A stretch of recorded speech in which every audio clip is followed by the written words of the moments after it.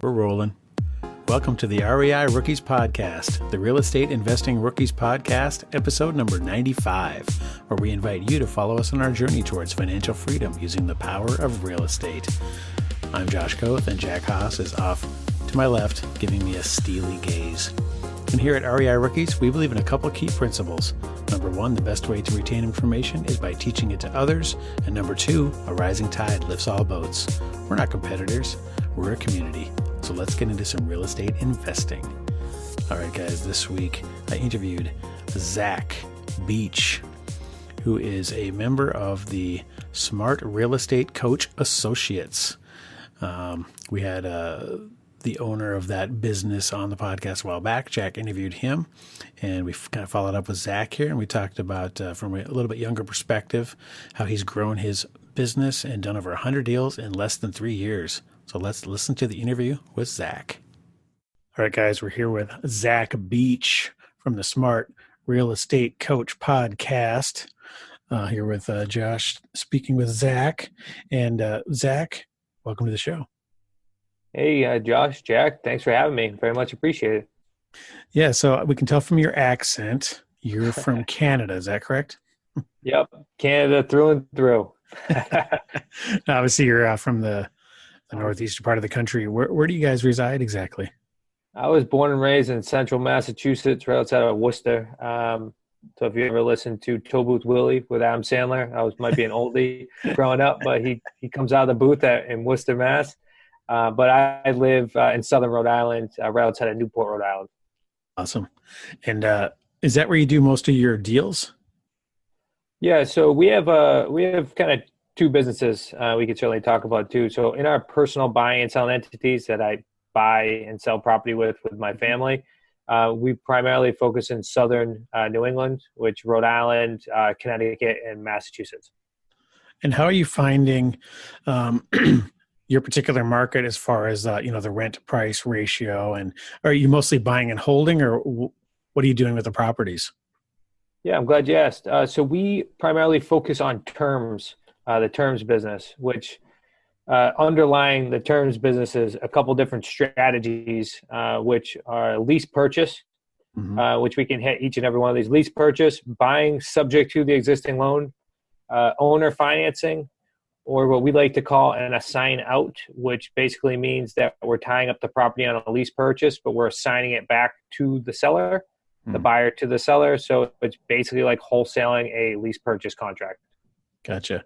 And I know when speaking with Chris on an earlier podcast, and we'll put the link to that in the show notes as well, that you guys really focus on the getting the properties on terms from the seller. Now, have you found that's as a market necessity? Because if you're going to go out and purchase the, kind of like just make lower cash offers, more profitable cash offers, would the properties cash flow, or do you just find working on terms to be easier, or what's the main motivation for that? Yeah, so we started this business because of the '08, situation that happened, right? Gotcha. A lot of Chris, my father-in-law, owned a lot of property that he personally signed for, and it went to about 33% of its worth, like overnight. So that was a climb out.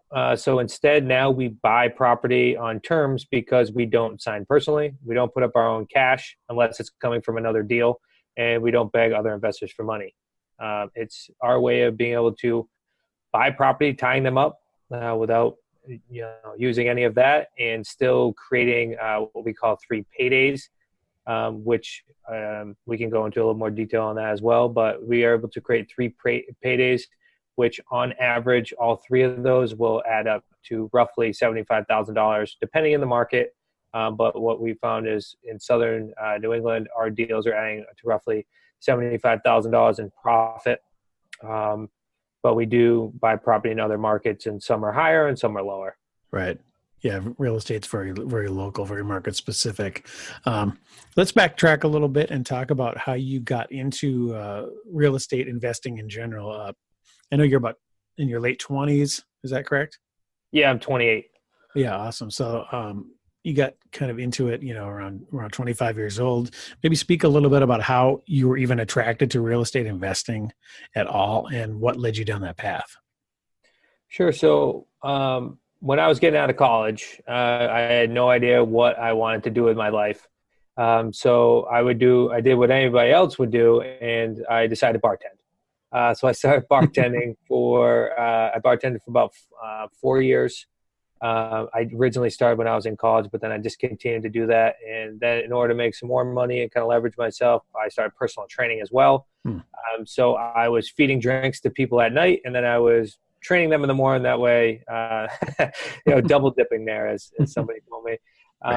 But eventually that you wears yourself out. I mean, I was running on zero sleep, and the summers down here in Newport, Rhode Island, are very lucrative as far as that goes, because it's a very tourist-driven area. So after going through multiple summers, you became very worn out. So I was kind of burning the candle at both ends.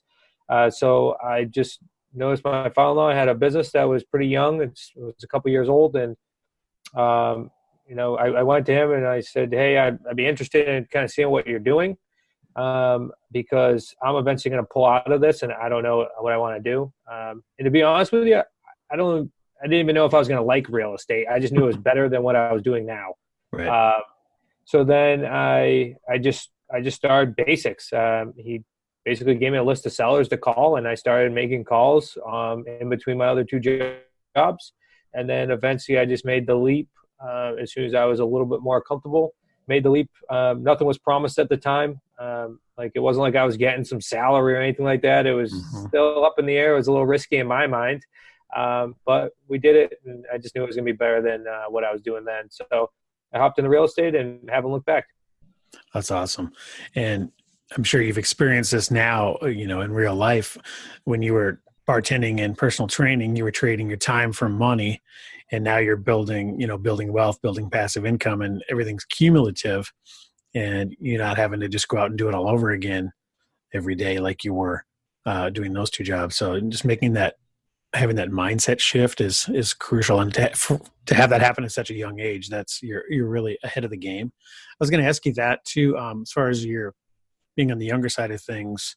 Have you found that to be a handicap at all, or people look at you a little bit differently, like, oh, he doesn't have the experience, or has that proven to be a hindrance at all? That's funny you asked that, because I just spoke about that on another podcast.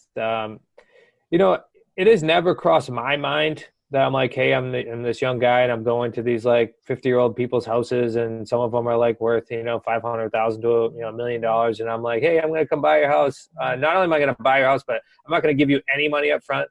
We're going to craft up these terms, and then in the future, I'll buy your house. It didn't really cross my mind until I was working with an associate who's he's just older than me. He's probably just in his early 30s, and he said that. He said, well, I don't feel comfortable because these people are going to look at me and say, why aren't, he obviously doesn't have experience. Why would he be able to buy my house?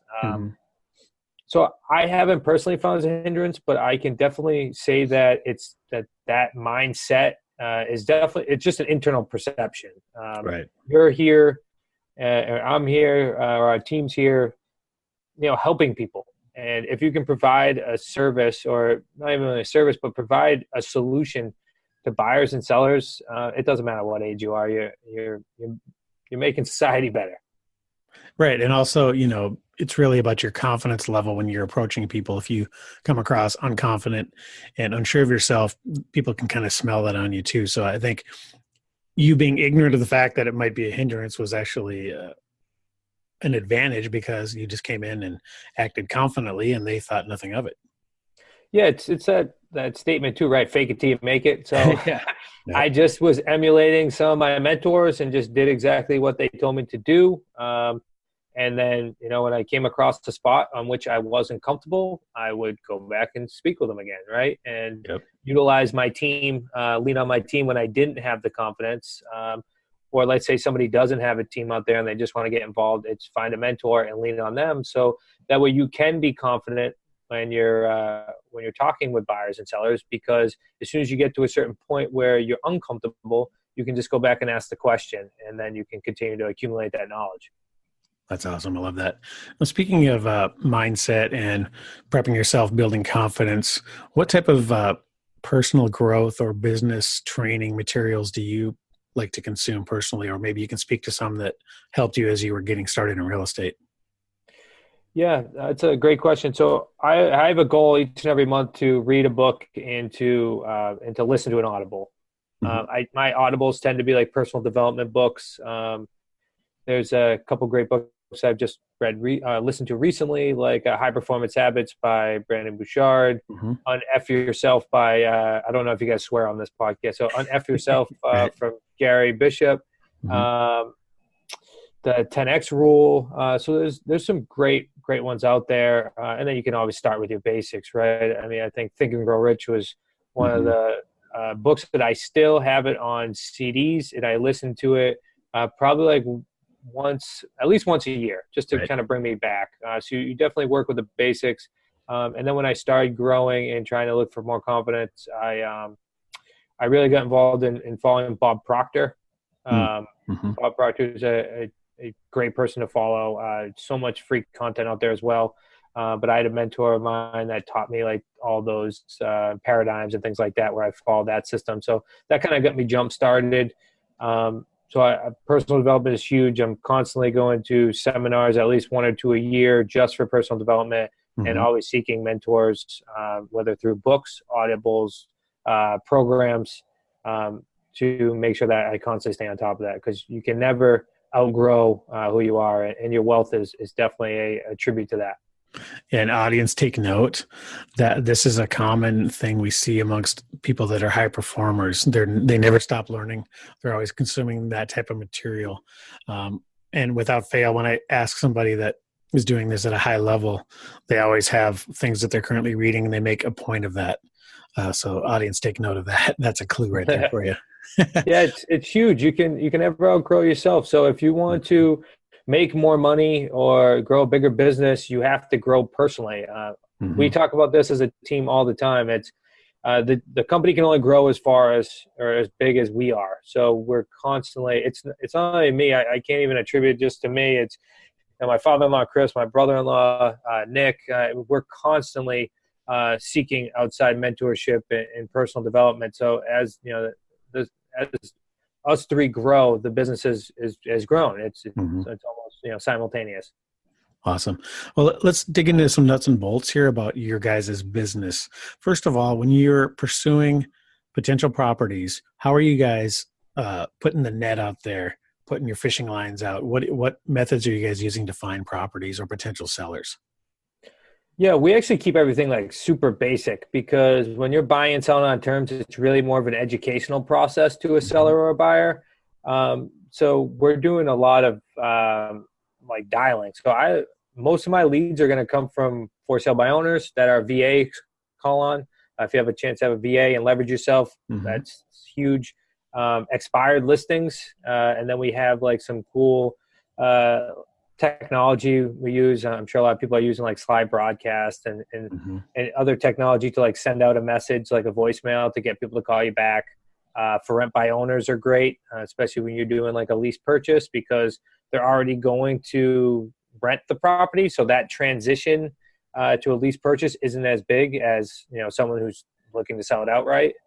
So those are our primarities, or vacant houses. I mean, just like anyone else, looking for those vacant houses and trying to reach a seller to create the right terms. So those are our primaries. It's really flowing through some more sweat equity, like getting on the phone. We're definitely not recommending, like a lot of programs out there, spend like tens of thousands of dollars on direct mail sales or anything like that.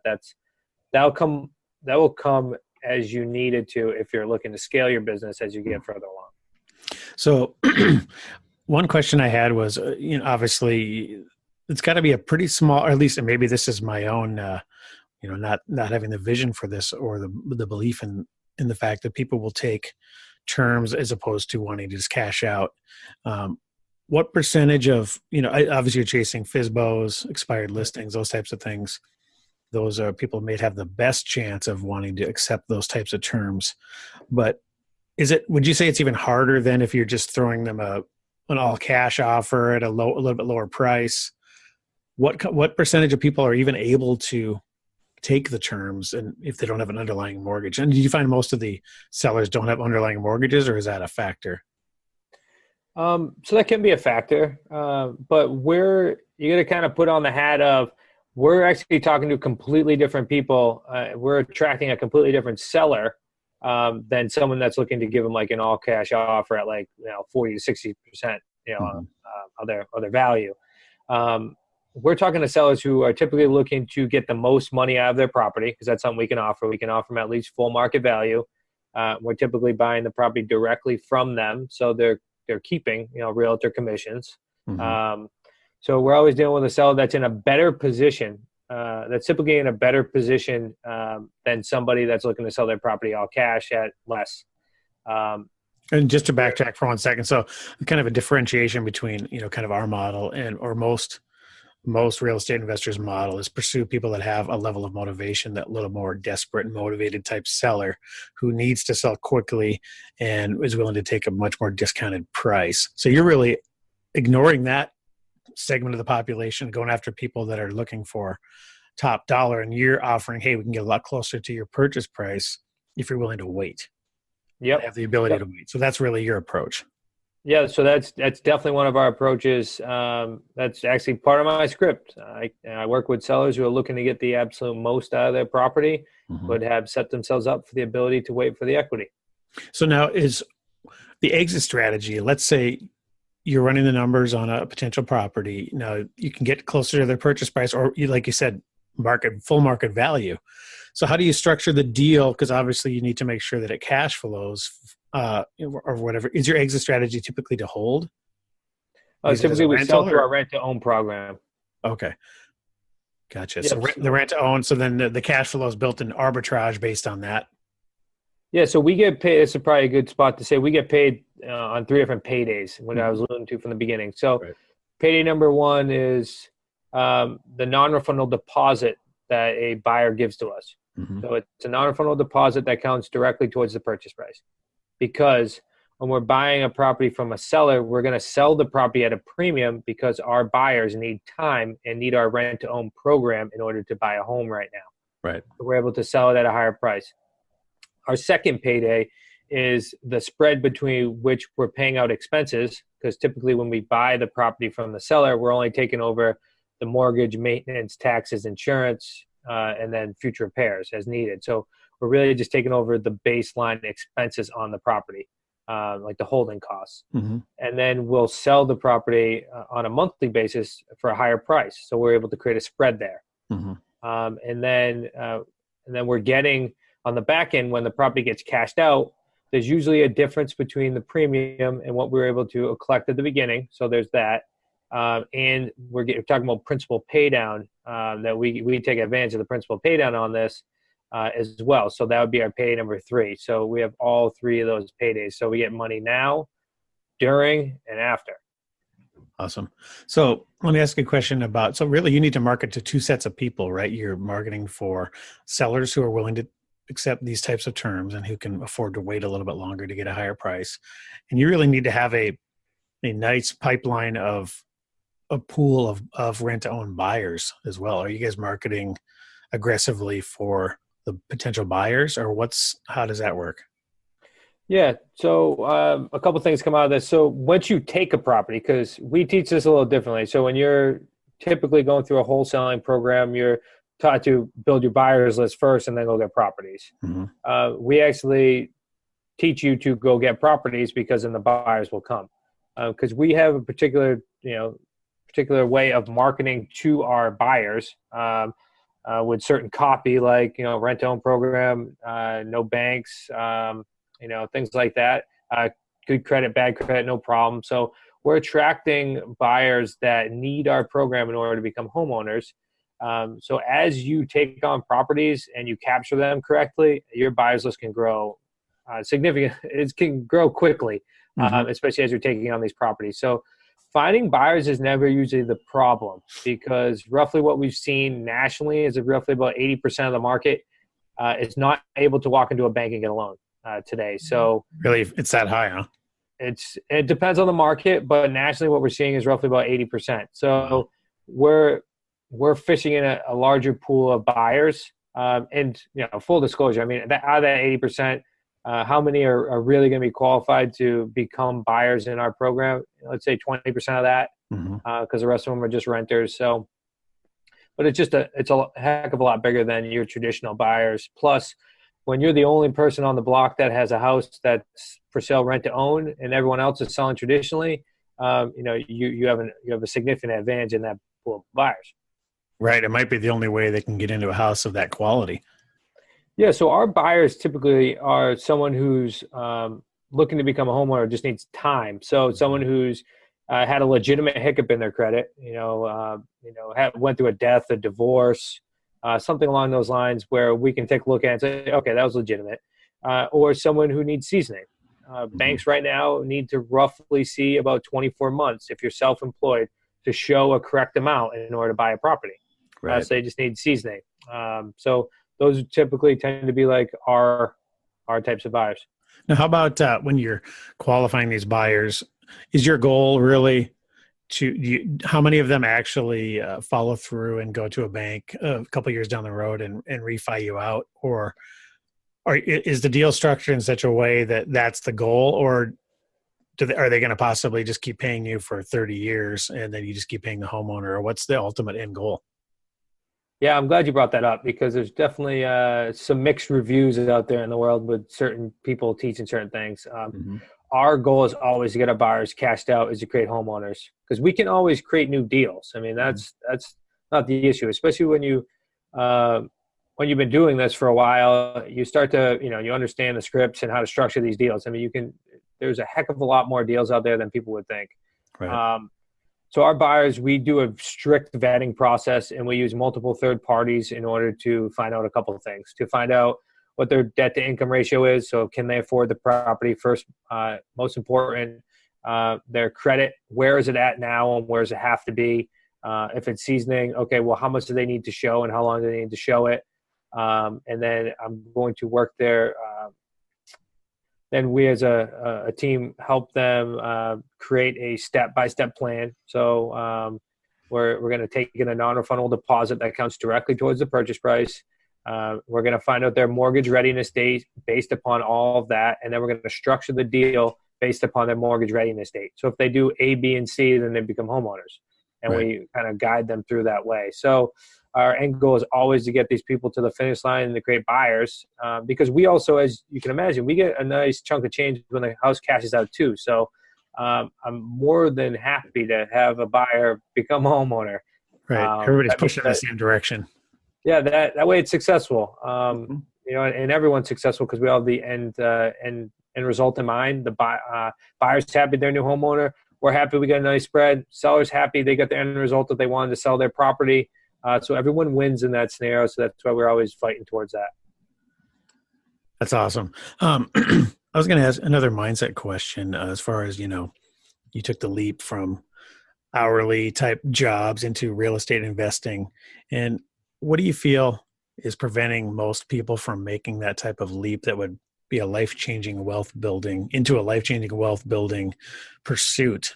Do you feel like fear and just fear of the unknown and things? Why do you feel most people don't realize that opportunity that's there and take those steps like you did? Yeah, I definitely think fear comes involved. The fact that I was a little naive when I was young, I didn't have a heck of a lot being held over my head. Like when you're been in corporate world for 20 years and you have this nice home and you have a couple kids and mortgage and all that stuff, it makes it a lot harder to make that adjustment mindset wise. I mean, nothing really changes outside that mindset wise. Also, you become, it's great to become your own boss, but then if you're not a good boss, then your business isn't going anywhere either. So it's super important that that you make the mind shift of, okay, do I truly believe in myself? Do I have a program that I really truly believe in? Because I think that fear is definitely involved. Lack of knowledge, I don't think it's lack of knowledge anymore. I mean, I feel as though you can't use that as an excuse anymore. The amount of knowledge that's out there in the world that's at your fingertips, that's free. But I think it's also, are you in line with what you're trying to do? Because maybe somebody's been tiptoeing this and they've been wholesaling, but they're like, okay, well, maybe I don't want to wholesale the rest of my life. So that's probably, if it's not in line with what you want to do, then you're not going to necessarily be as motivated to jump. But maybe you come along and you find, oh, I love flipping. Flipping is awesome. It gets me excited. Okay, so now you're in line. So now you're going to be a heck of a lot more motivated to make that leap because you're going to love what you do day in and day out. So what I feel as though is it's almost you really have to find out, okay, what's your true beliefs, and then secondly, do I really align with what I'm trying to do other than my job? Because once I do, then I think everything comes aligned and your motivation certainly picks up significantly, and fear becomes a lot less of a thing, because if you really truly want to do it, then you'll do it. That's funny. You said something interesting there, that there's really not a lack of knowledge or access to knowledge. And that's so true. I mean, the knowledge, you can't really use that as an excuse, is that you don't know the information on how to do something. That's really not a viable excuse anymore. It's really a lack of motivation or a confidence, I think it is, or lack of action. That's really more responsible nowadays for people not moving forward. Yeah, so clearly it goes right back to what we talked about at the beginning. It's you first have to work on yourself, and then you can work on your business. Mm-hmm. And then what I tend to see with people as well is where they're tiptoeing, they're kind of doing some deals on the side, is they're treating it just like that. They're not treating it as a business. It's super important that both of us, Josh, we should be able to look at someone's calendar and know what their goals are for the year. Mm-hmm. You should be able to look, because you're going to clearly time block out things, key activities or money producing activities that will get you to your goals. So most people, what I see that aren't making the leap is because they haven't established the habits to make their side business become their full-time business. Right. You have to set appointments with yourself that you're not going to break. Because I coach plenty of people and they're like, I'm going to make calls Tuesday and Wednesday at 5 to 6 p.m. And then I talk to them the next week and I'm like, did you make those calls? I'm like, no, I didn't. Okay, well, if you're going to start lying to yourself and you're not going to keep your appointments with yourself, then you're not going to do it with anyone else. So it's also, you got to treat this as a business if you want to be a business. I'm sure the personal training side of things factored in too, because how many people would text you 5 minutes before their session, I'm not going to make it today. And it's really a lack of motivation, right? Oh my God. That's another reason why I'm outside personal training. I used to craft up workouts, diets, and then people come to me and say, well, I'm not losing any weight. Well, did you do X, Y, and Z? No. Well, then how do you expect? I always say this. Do you know what the definition of sanity is? It's doing the exact same thing over and over again, expecting different results. Right. Like, you got to make some changes. So, I used to tease my wife because she thought purchasing workout videos on VHS that she was done with her workout plan. Well, you actually have to watch those and do the workouts too. Oh, I won't tell you said it. Good thing this isn't being recorded. Yeah, right. All right. Awesome. Well, Zach, I really appreciate your time today, and maybe tell the audience a little bit more about how people can reach out to you if they have questions or if they want to, get some advice and some services from you guys. Yeah. So I would go to, if you want our free book, I know Chris was on here before, my father-in-law. Mm-hmm. We have an Amazon best-selling book. I'm not sure if he gave it away then for free, but we want to make sure that everyone gets it for free. And I really mean like free. You're not gonna go, oh, here's a free book and then you got to pay for shipping. No, this is absolutely free. Go to free, FREESREC book.com, freesrecbook.com. And right there, we'll send you out a hard copy. This is even an ebook, a hard copy, Amazon best-selling book to you for free. And then if you want, we do have a webinar that we run. It's great free content. It's about an hour long. So you can go to smartrealestatecoach.com/webinar. That's smartrealestatecoach.com/webinar. Some great content there.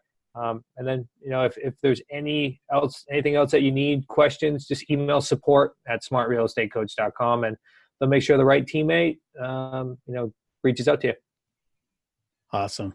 Yeah. And, help our audience take note of their strategy and realize the amount of barriers removed. If you're getting sellers to give you terms on their properties, you're basically removing lenders from the equation, private lenders or lending institutions, removing the banks, appraisers. A lot of this, the red tape goes away. So it's a pretty genius strategy.